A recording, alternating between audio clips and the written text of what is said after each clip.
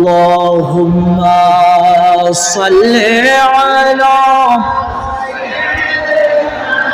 মাওলানা মুহাম্মদ ওয়া আলা আলি সাইয়্যিদিনা।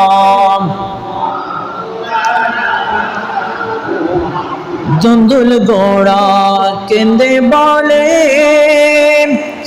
আমার কোনো দোষ নেই, ইমাম হুসাইন শহীদ হয় রে কারবালাতে পানি নাই। আল্লাহুম্মা সাল্লি আলা মাওলানা মুহাম্মদ ওয়া আলা আলি